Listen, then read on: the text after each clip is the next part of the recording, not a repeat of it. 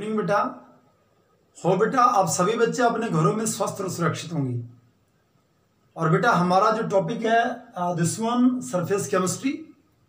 अब की बार little bit मैं थोड़ा लेट हो चुका हूँ, आपको वीडियोस थोड़ा लेट से भेज रहा हूँ, बट आशा करता हूँ कि आप सभी बच्चे कनेक्ट रहेंगे, जुड़े रहेंगे और हमारा जो टॉपिक है उसके ऊपर हम वर्क करते हैं। एंड द टॉपिक वाज, अगर आपको ध्यान होगा, जो लास्ट वीडियो मैंने आपको भेजा था उसमें बताया था कोलोइडल स्टेट। तो लेट अस मूव। सबसे पहले जो हेडिंग है हमारी वो है this one is colloidal state और कोलोइडल सॉल्यूशन इसे बोलते हैं। ठीक है बेटा, अगर आपको ध्यान होगा जब मैंने इसका क्लासिफिकेशन आपको या जब इसको डिफाइन करवाया था उस टाइम पे मैंने आपको बताया था कि दैट वाज थॉमस ग्राहम एक साइंटिस्ट हुए और 1861 में जो थॉमस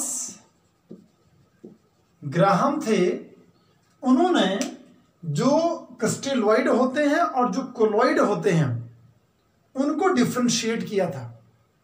और उन्होंने बोला था कि ऐसे सबस्टेंस जो पार्चमेंट मेम्ब्रेन को पास करके आगे निकल जाते हैं उनको क्रिस्टलोइड बोलते हैं, जो पास नहीं कर पाते हैं वो कोलोइड होते हैं। But after that what scientist observed, कि साइंटिस्ट ने क्या देखा कि बहुत सारे ऐसे सबस्टेंस थे कि जो पार्चमेंट मेम्ब्रेन को पास कर भी रहे थे और नहीं भी कर रहे थे विद द हेल्प ऑफ, अगर सॉल्वेंट को बदल दें। जैसे मान लो हमने बोला कि जो NaCl है अगर उसको पानी में लेते हैं तो वो क्रिस्टलोइड के जैसा बिहेव कर रहा है, और वही NaCl अगर हम बेंजीन में लेते हैं तो वो कोलोइड के जैसा बिहेव करता है। दैट्स वाई कि ये बोलना कि ऐसे सबस्टेंस जो मेम्ब्रेन को पास करके आगे निकल जाते हैं उनको क्रिस्टलोइड बोलते हैं, जो पास नहीं कर पाते हैं उनको कोलोइड बोलते हैं, that was wrong. The definition and the concept of the classification which was given by Thomas Graham was wrong. और साइंटिस्ट ने क्या कहा कि ऐसा नहीं है, वी कैन डिफरेंशिएट, कि हम ऐसा करते हैं कि जो कोलोइड हैं उनको हम, ये सबस्टेंस है उनको उनके पार्टिकल के साइज पे, पार्टिकल के रेंज पे हम उनको क्या करते हैं, डिफरेंशिएट करते हैं। और वहां से जितने भी हमारे पास जो सबस्टेंसेस थे या जो सॉल्यूशन था उनको हमने क्या किया, क्लासिफाई किया। कि जैसे ट्रू सॉल्यूशन हो गया, कोलोइडल हो गया, सस्पेंशन हो गया। पार्टिकल की रेंज ली थी, अगर आपको याद होगा, अगर 1 नैनोमीटर से बिलो था तो ट्रू सॉल्यूशन, 1 नैनोमीटर से 1000 नैनोमीटर में था तो कोलोइडल सॉल्यूशन था, एंड अबव 1000 नैनोमीटर था तो तब बेटा हमने बोला था that was suspension. After that यहां एक कंसेप्ट आया कि भाई हमारे पास डिस्पर्स्ड फेज क्या है, और एक दूसरा कंसेप्ट आया जिसका नाम था डिस्पर्शन मीडियम। मैंने, अगर आपको ध्यान होगा, मैंने पिछले वीडियो में आपको बहुत क्लियरली बताया था कि जो डिस्पर्स्ड फेज होती है इट लुक्स लाइक ये सॉल्यूट के जैसे होती है, और जो मीडियम है वो किसके जैसा होता है, this one as a solvent. किसके जैसा होता है, सॉल्वेंट के जैसा होता है। एक सॉल्यूट के जैसा डिस्पर्स्ड फेज और एक सॉल्वेंट के जैसा जो डिस्पर्शन मीडियम था। ठीक है बेटा, जैसे मान लो कंसेप्ट आपको दिया था, अगर आपको याद होगा कि हम क्या करते हैं, यहाँ पे सिल्वर को लेते हैं या गोल्ड को लेते हैं और साथ में क्या लेते हैं, लाइक दिस वन वाटर। हमने क्या किया, यहाँ पे वाटर लिया और साथ में क्या लिया, मान लो मैं Ag को ले रहा हूं या मैं गोल्ड को ले रहा हूं, तो गोल्ड हो गया, Ag हो गया, जो है वो Dp के जैसा काम कर रहे हैं, और ये जो वाटर है ये अपने आप में किसके जैसा काम कर रहा है, Dm के जैसा काम कर रहा है। ठीक है बेटा, ये कंसेप्ट मैं आपको जो पिछला वीडियो था उसमें मैंने आपको बता दिया था। सिंपली मैं इसको, उस टॉपिक को रिकैप कर रहा हूं। इसके बाद हमने जितने भी कोलोइडल सॉल्यूशन थे उनको हमने क्लासिफाई किया था। पहला कंसेप्ट आपको दिया था, अगर आपको ध्यान होगा, कि भाई अगर हम फिजिकल स्टेट की अगर बात करते हैं तो जितने भी कोलोइड्स होते हैं उनको हमने कैटेगराइज किया था फिजिकल स्टेट को बेस मान करके। जैसे मान लो हमारे पास डिस्पर्स्ड फेज और डिस्पर्शन मीडियम, यहां हमने क्या किया था, सॉलिड लिया था, लिक्विड लिया था, गैस लिया था। वैसे ही हमने डीएम को भी क्या लिया था, सॉलिड हो गया, लिक्विड हो गया, गैस हो गया, और उसको बेस मान करके टोटल नंबर में 8 टाइप के कोलोइड्स तैयार किए थे। जो वो लास्ट वाला मैंने आपको कंसेप्ट दिया था कि भाई जो 8 टाइप के कोलोइड्स हैं उनमें से अगर 9th नंबर की अगर बात करें तो सॉल्यूशन और सॉल्यूशन मिला करके जो कोलोइड्स हैं वो नहीं बनते हैं। क्यों नहीं बनते हैं, कि सॉरी, गैस और गैस मिला करके कोलोइडल सॉल्यूशन नहीं बनता है। गैस और गैस मिला करके कोलोइडल सॉल्यूशन क्यों नहीं बन रहा है, क्योंकि ये दोनों मिलकर के होमोजेनस सॉल्यूशन का फॉर्मेशन करते हैं। जबकि होमोजेनस सॉल्यूशन होता है वो कोलोइडल का टाइप नहीं होता है। कोलोइडल सॉल्यूशन के लिए अपने आप में जो सॉल्यूशन बनेगा वो अपने आप में कैसा होगा, दिस वन हेट्रोजेनस। बहुत क्लियर है बेटा। तो वो था हमारे पास फिजिकल स्टेट को बेस मान करके। सेकंड कंसेप्ट आपको याद होगा, मैंने बताया था कि अगर भाई हम डिस्पर्शन मीडियम की अगर बात करें, जैसे मान लो डिस्पर्शन मीडियम हमारे पास वाटर है, तो हमने उसे नाम दिया था हाइड्रोसोल उसे बोला था, ठीक है। या अगर मान लो अगर अल्कोहल था तो अल्कोसोल बोला था, अगर बेंजीन था तो बेंजोसोल बोला था, अगर एयर था तो एरोसोल उसे बोला था। या उसके बाद हमने जो उनके ऊपर चार्ज था उस चार्ज को बेस मान करके कोलोइड को हमने क्लासिफाई किया था। एक पॉजिटिवली चार्ज थे, दूसरे नेगेटिवली। या केमिकल कंपोजिशन को बेस मान करके अगर आपको ध्यान होगा तो हमने इनऑर्गेनिक और ऑर्गेनिक में क्या किया था, कोलोइड्स को कैटेगराइज किया था। उनके सारे एग्जाम्पल आपको दिए थे मैंने, ठीक है बेटा। Now let us move. अब हमने क्या करना है, क्लासिफिकेशन का जो अगला पार्ट बनता है, दिस वन, जो हमारे पास फोर्थ नंबर का पार्ट बनेगा, उसके ऊपर वर्क करेंगे। और वो जो फोर्थ नंबर का पार्ट है वो आज हम स्टार्ट करते हैं on the basis of interaction between dispersed phase and dispersion medium. इन दोनों के बीच में जो इंटरेक्शन है उस इंटरेक्शन को बेस मान करके हम क्या करते हैं, जो कोलोइड है उनको कैटेगराइज करते हैं, उनको क्लासिफाई करते हैं।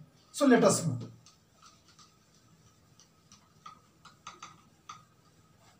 हेडिंग लिखेंगे बेटा, classification on the basis of interaction. जो फोर्थ नंबर का पार्ट बना, दिस वन क्लासिफिकेशन, और यहां लिख देंगे ऑन द बेसिस ऑफ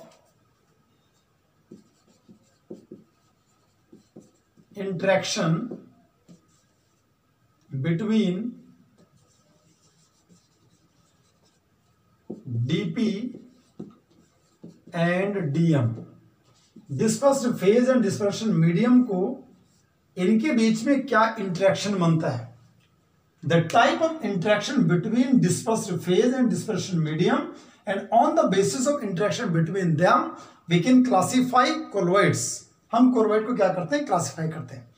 अगर हम इंटरेक्शन की अगर बात करें और उसके हिसाब से अगर हम कोलोइड को कैटेगराइज करें तो इसमें जो पार्ट बनता है उसे बोला जाता है, दिस वन इज, इसे बोलते हैं बेटा लायोफिलिक एंड लायोफोबिक कोलोइड्स, ये बोला जाता है बेटा। क्या हेडिंग बनी हमारी, this one lyophilic and lyophobic colloids, कि लायोफिलिक कोलोइड्स कौन है और लायोफोबिक कोलोइड्स कौन है। So let us move. सबसे पहले हम चलते हैं the first one, lyophilic colloids. पहला जो वर्क करेंगे वो कौन सा आएगा, लायोफिलिक कोलोइड्स के ऊपर वर्क करते हैं।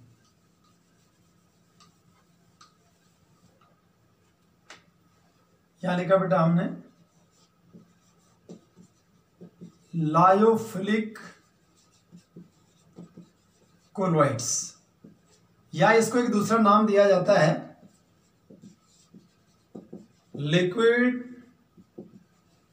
लविंग कोलोइड्स, या इसे एक नाम और दिया जाता है इंट्रिंसिक कोलोइड्स। ठीक है बेटा, ये हमारी हेडिंग है कि जैसे हमने बोला lyophilic colloids, these are called liquid loving colloids, या these are called intrinsic colloids. ये बेटा हमारी हेडिंग है। So let us move towards the term which one is lyophilic. What do you mean by lyophilic, as according to, और what are lyophilic colloids, what are liquid loving colloids और intrinsic colloids.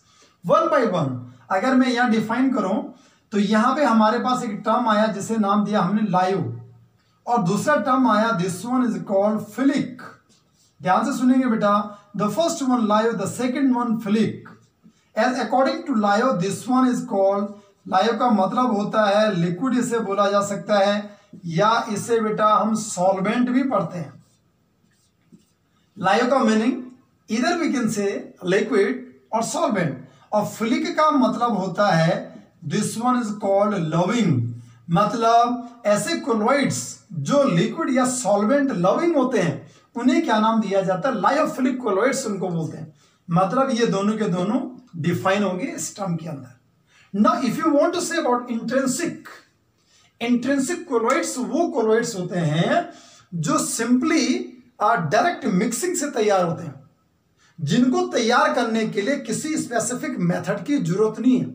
Simply हमने disperse phase और dispersion medium को हमने क्या क्या मिला दिया और सिंपली अगर आप उसको मिक्स करते हैं तो ऐसे कोलॉइड्स तैयार हो जाते हैं। That's why these are called intrinsic colloids. ठीक है बेटा, तो ध्यान देंगे।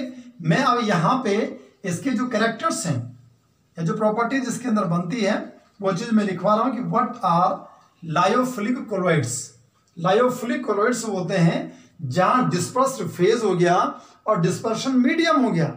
Dispersed phase and dispersion medium, इन दोनों के बीच में जहां ग्रेट एफिनिटी होती है उसे बोला जाता है लायोफिलिक कोलॉइड्स। तो लिखेंगे बेटा, पहला पॉइंट मैं लिख देता हूं। Now the first one, lyophilic colloids are those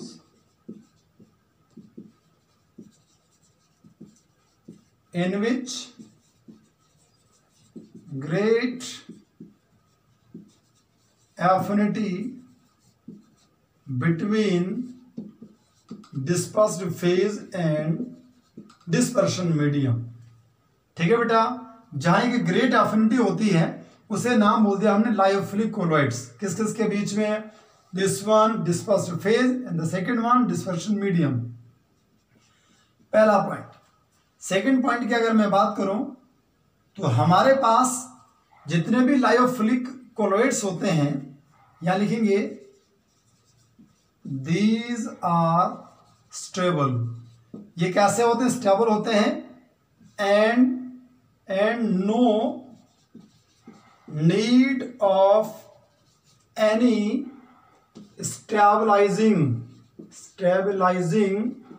stabilising agent. किसी भी स्टेबलाइजिंग एजेंट की जरूरत नहीं होती है। That's why these are called, ये अपने आप में क्या होते हैं? स्टेबल होते हैं। ठीक है बेटा, तीसरा पॉइंट अगर मैं यहां पे लिखूं तो हम लिखेंगे these are reversible.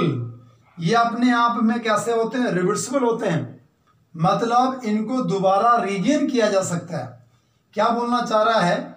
That is करके मैं लिख दूं यहां पे कि if dispersion medium is separated from the colloidal sol so that, या colloidal sol during the process, ऐसा भी लिख देंगे, during the process of evaporation so that the colloidal sol or solution can be regained by remixing, regained by mixing of dispersion medium। ठीक है बेटा, क्या बोला कि these are reversible, ये अपने आप में कैसे होते हैं? रिवर्सिबल होते हैं। क्या बोलना चाह रहा है कि if dispersion medium is separated from the colloidal solution, जो कोलॉइडल सॉल्यूशन है अगर उसमें से डिस्पर्शन मीडियम को आप सेपरेट कर दें, अलग कर दें, ठीक है, किसके द्वारा? The process of evaporation. Evaporation की प्रोसेस से अगर आपने उस कोलॉइडल सॉल्यूशन से डिस्पर्शन मीडियम को सेपरेट कर दिया तो क्या होगा? So that the colloidal sol और सॉल्यूशन कैन बी रीगेन्ड, उसको दोबारा हम तैयार कर सकते हैं। कैसे करके? By remixing of dispersion medium.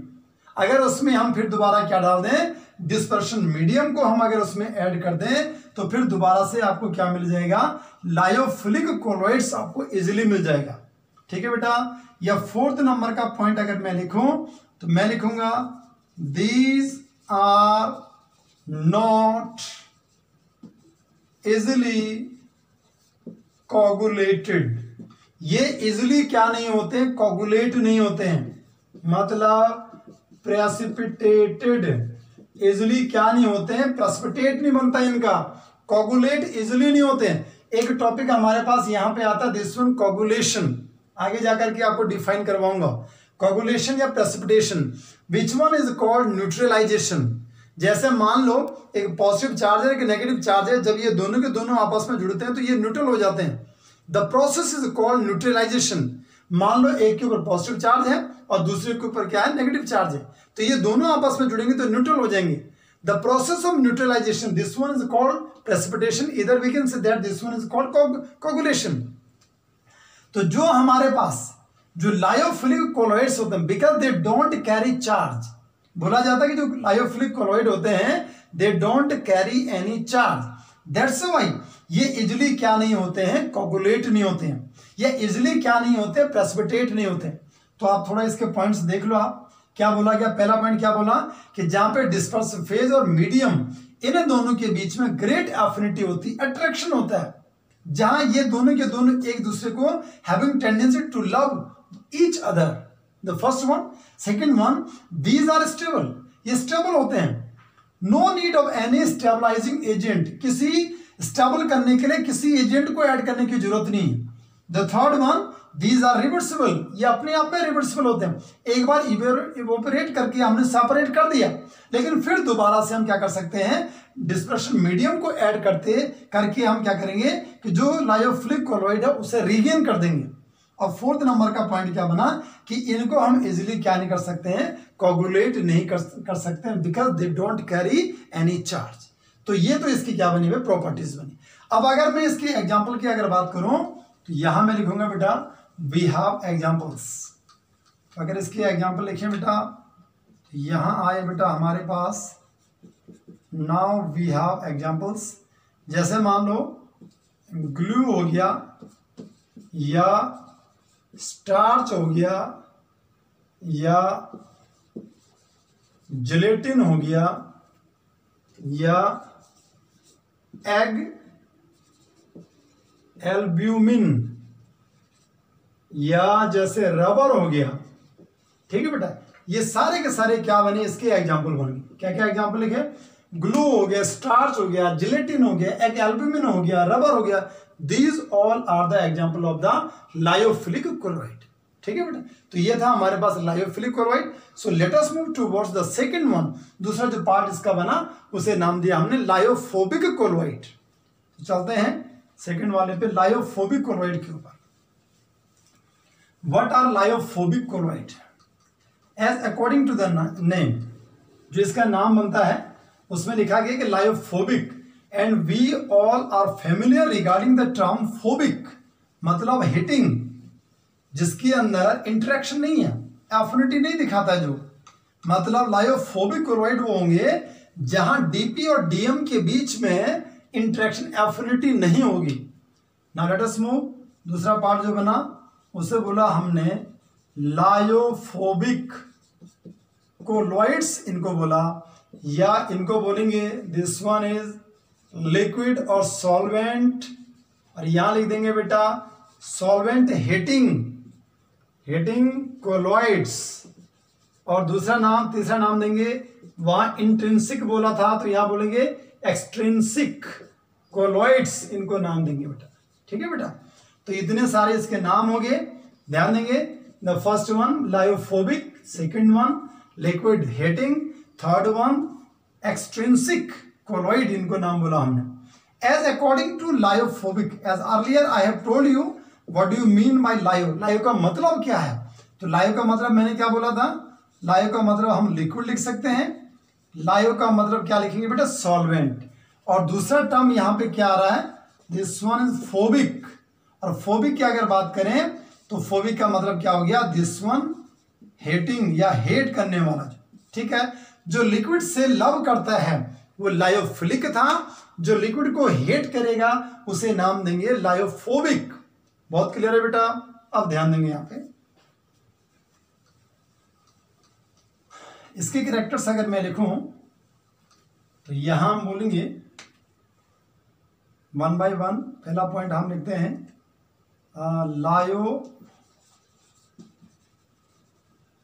Lyophobic colloids are those in which no affinity between dp and dm। जहां डिस्पर्सिव फेज और डिस्पर्शन मीडियम के बीच में कोई एफिनिटी नहीं होती है उसे नाम दिया जाता है लायोफोबिक कोलॉइड। ध्यान देंगे, बहुत इंपॉर्टेंट कंसेप्ट है। They don't have any affinity. They have tendency to hate one another. वो एक दूसरे को क्या करते हैं, हेट करते हैं। In that condition, we can say that this one is liophobic colloid. Now the second one, these are called extrinsic colloid. मतलब अगर हम इनकी बात करें तो ये डायरेक्ट मेथड से तैयार नहीं होते हैं। There is, ऐसा लिखूंगा, there is some specific method for the preparation of liophobic colloids or some another indirect method so that these are called extrinsic colloid. क्या बोलेंगे इनको, तब जाकर के हम इनको क्या बोलते हैं, क्योंकि कोई डायरेक्ट इनको हम मिक्स करके तैयार नहीं कर सकते हैं, कोई स्पेसिफिक मेथड की हेल्प से हम इनको तैयार करते हैं। और जब इनकी मेथड्स ऑफ प्रिपरेशन आएगी वो टॉपिक अलग से आता है। अगला वीडियो जब आएगा उसमें आपको इसके जो मेथड्स बनते हैं, चाहे इधर we can say that lyophilic, इधर we can say that lyophobic colloids, उनके जो मेथड्स ऑफ प्रिपरेशन होंगे उनके ऊपर अलग से वीडियो आपको सेंड किया जाएगा। तो ध्यान देंगे कि ये क्या बना, हमारे पास कोई स्पेसिफिक मेथड इनके पास होता है जिसके द्वारा इनको तैयार किया जाता है। इसलिए अगर ये डायरेक्ट तैयार नहीं हो रहे हैं इसलिए इनको क्या बोला गया, एक्सट्रिंसिक कोलॉइड के नाम से जाने जाते हैं। अगला पॉइंट हम बोलेंगे, थर्ड नंबर का point, they are not stable, या दैट इज करके हम लिख देंगे। ये क्या होते हैं, अनस्टेबल होते हैं, ठीक है। और कैसे करके हम बोलेंगे कि द या देयर इज अ नीड, ऐसे लिख दूंगा आगे, there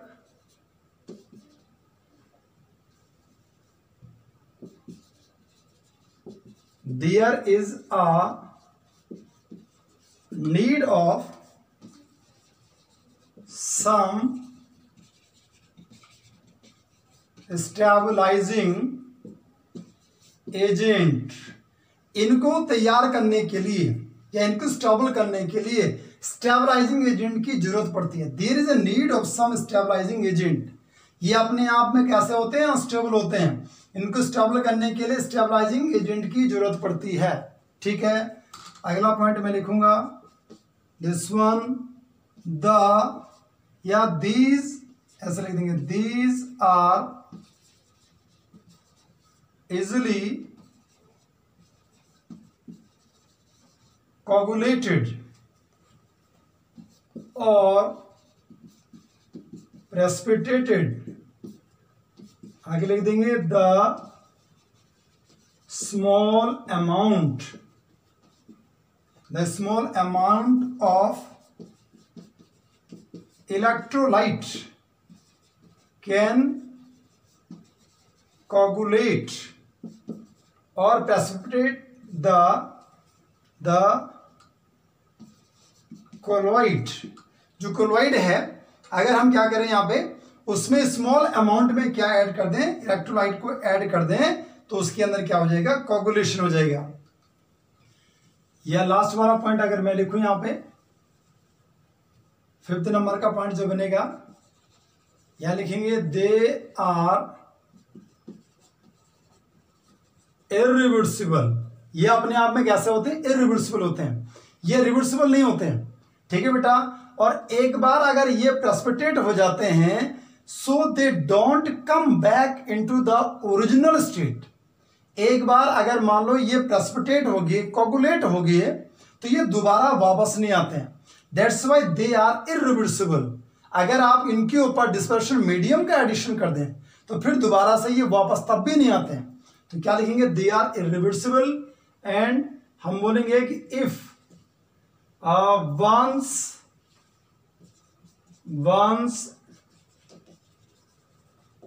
precipitated so that they do not come back after addition of dispersion medium। तो बेटा ये पॉइंट बने यहाँ पे, जो लायोफोबिक कोलॉइड्स होते हैं उसके क्या क्या पॉइंट बने।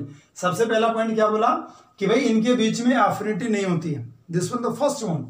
सेकंड वन आपको बोला कि भाई इनको तैयार करने के लिए स्पेसिफिक मेथड की जरूरत पड़ती है, इसलिए हम इनको क्या बोलते हैं? These are called extrinsic colloid.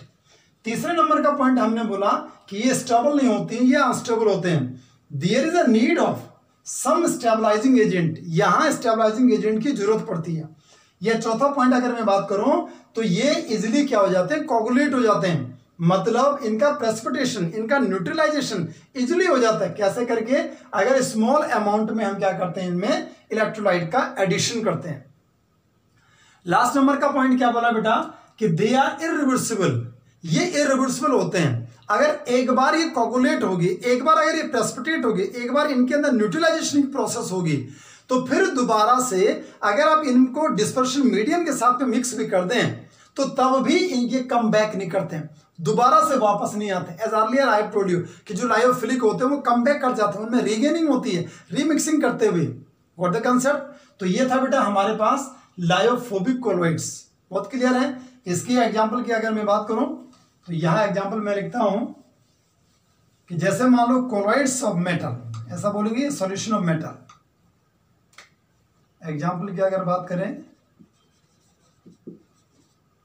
तो यहां लिखेंगे solution of some metals like silver हो गया, गोल्ड हो गया। या दूसरे एग्जाम्पल जो बनेंगे जैसे एल्यूमिनियम हाइड्रोक्साइड, या जैसे फेरिक हाइड्रोक्साइड, या जैसे आर्सेनिक सल्फाइड AS2S3। ठीक है बेटा, AS2S3, FeOH whole thrice, AlOH whole thrice. और जैसे सिल्वर हो गया या गोल्ड हो गया, इनके जो सोल हैं या इनका जो सॉल्यूशन तैयार किया गया, ये इसके क्या बने? एग्जाम्पल बने। अब यहां पे क्या चीज है बेटा, ध्यान देंगे। यहां मैं एक नोट आपको लिखवा रहा हूं, वो आपको ध्यान देना है। इसके अंदर क्या नोट है कि अगर मान लो यहां एक नोट लिखवा रहा हूं, अगर हमारे पास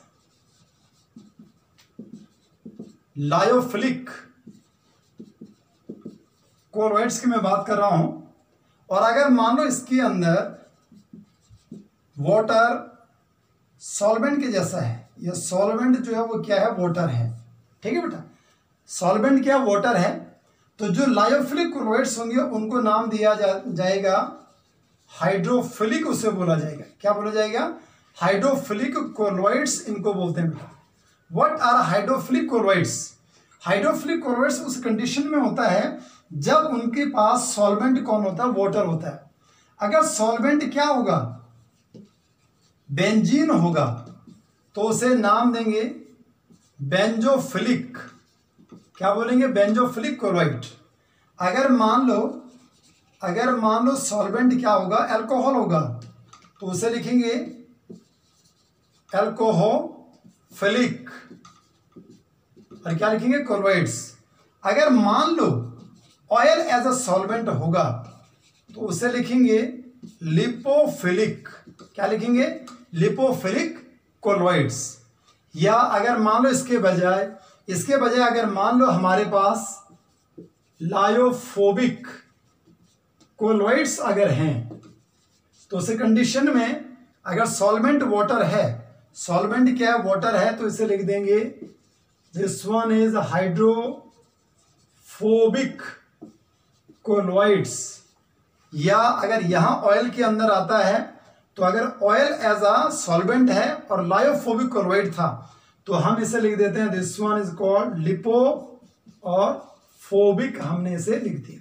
ठीक है बेटा, तो ये पॉइंट भाई आपको याद रखने हैं कि जहां पे फ्लिक है, और फ्लिक बोल दिया हमने, मतलब जहां पे क्या है हमारे पास लविंग है, और जहां पे हेटिंग वाला है वहां पे क्या बोल दिया हमने, लायोफोबिक बोल दिया। बहुत क्लियर है बेटा, तो ध्यान देंगे, हमने टर्मिनोलॉजी भी यहां पे पढ़ी है। अगर वाटर एज अ सॉल्वेंट है तो हाइड्रोफिलिक बोल दिया, मतलब जब लायोफिलिक था। अगर बेंजीन एज अ सॉल्वेंट है but the type of colloid is lyophilic, then this one is called benzophilic. या अल्कोहल में अल्कोहोफिलिक, या ऑयल है तो लिपोफिलिक बोल दिया। और अगर मान लो वो लायोफोबिक के लिए आप यूज में ला रहे हैं, इन दैट कंडीशन जो टर्म था उसके लास्ट में फिलिक की जगह पे आप क्या बोल रहे हैं, फोबिक बोल रहे हैं। तो ये था बेटा हमारे पास लायोफिलिक कोलॉइड्स क्या होते हैं और लायोफोबिक कोलॉइड्स क्या होते हैं। बहुत क्लियर है, बहुत इजीली आपको समझ में आया होगा कि जहां ग्रेट एफिनिटी है वो फिलिक होते हैं, जहां एफिनिटी नहीं है, जहां हेट करते हैं वो फोबिक होते हैं। ठीक है बेटा, अब इनके बीच में डिस्टिंक्शन आता है कि लायोफिलिक कोलॉइड्स हो गया और लायोफोबिक कोलॉइड्स के बीच में क्या डिस्टिंक्शन है, तो वो मैं आपको करवा रहा हूं। Late us move.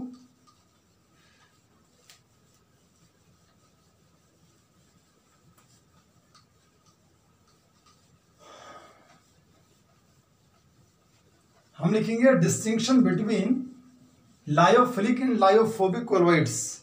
क्या लिखेंगे,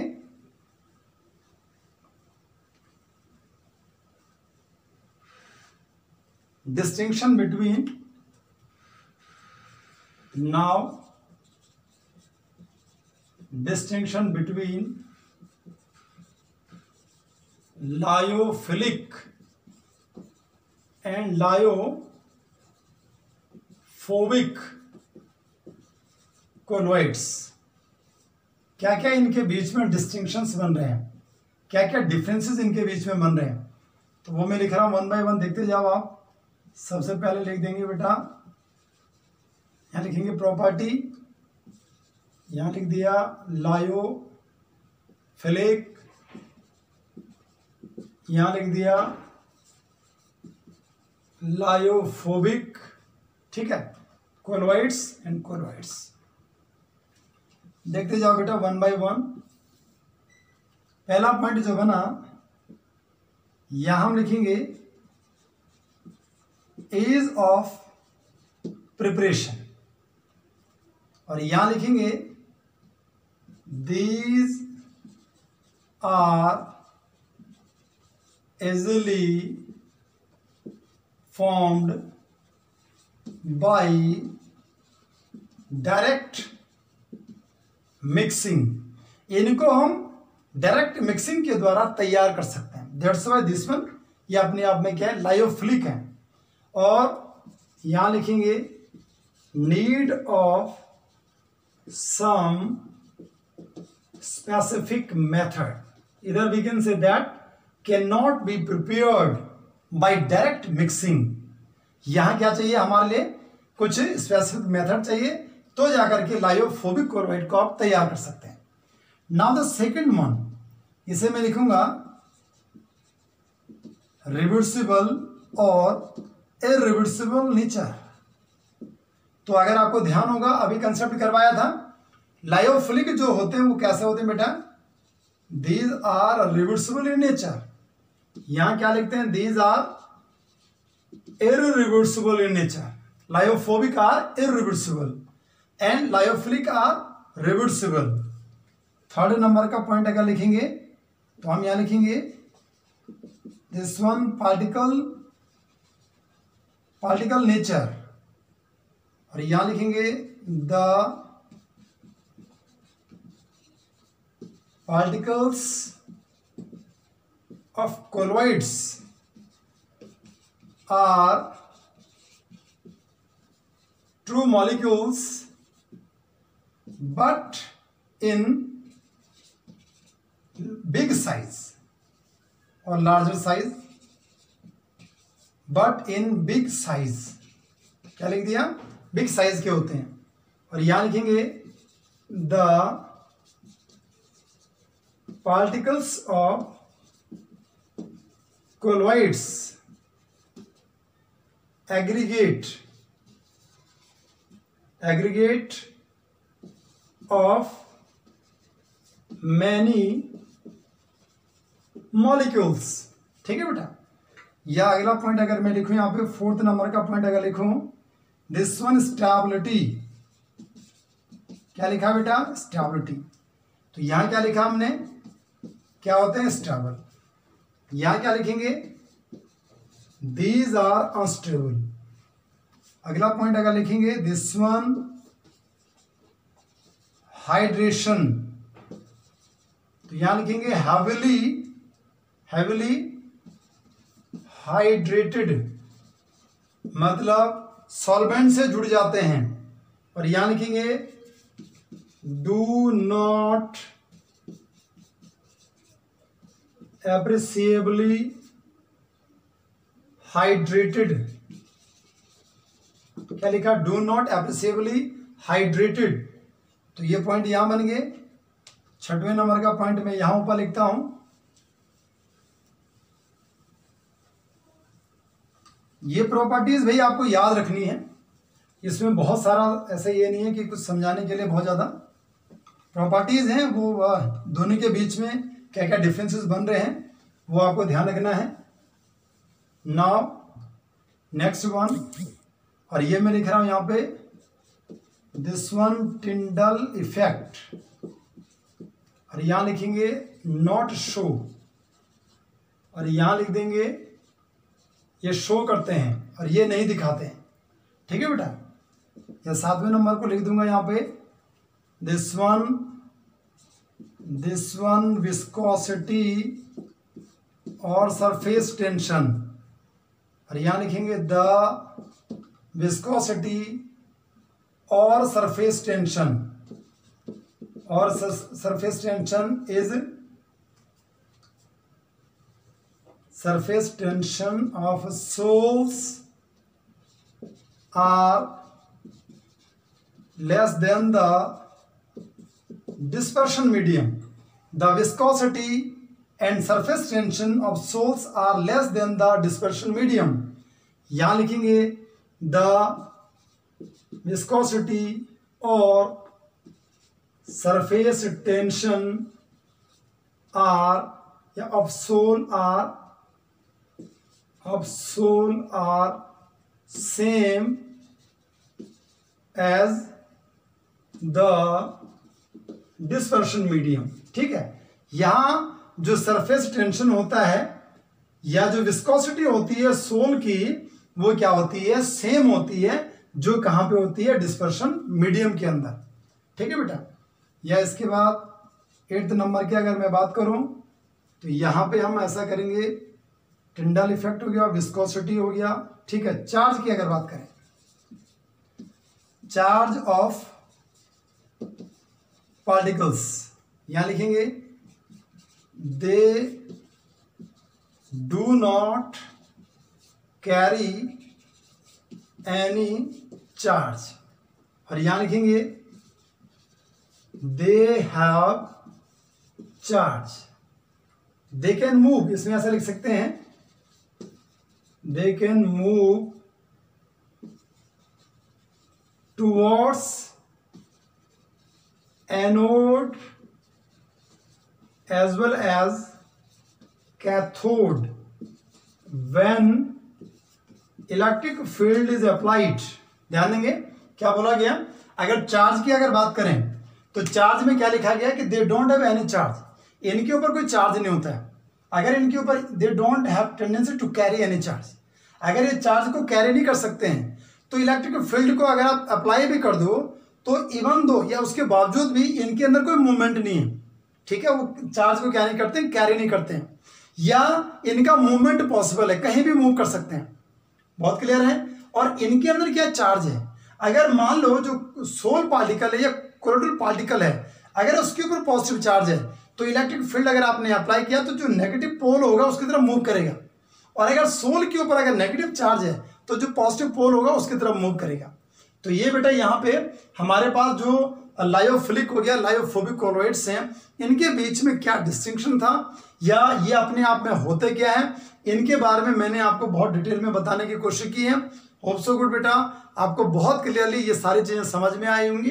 एंड लेट अस मूव कि इसके बाद जो अगला टॉपिक होगा, अगला वीडियो होगा, वो आपको नेक्स्ट दूसरा वीडियो में कल या परसों से सेंड करके दूंगा। होप सो बेटा आपको जो कुछ आज करवाया गया है वो आपको बहुत क्लियरली समझ में आएगा। थैंक्स बेटा एंड गॉड ब्लेस।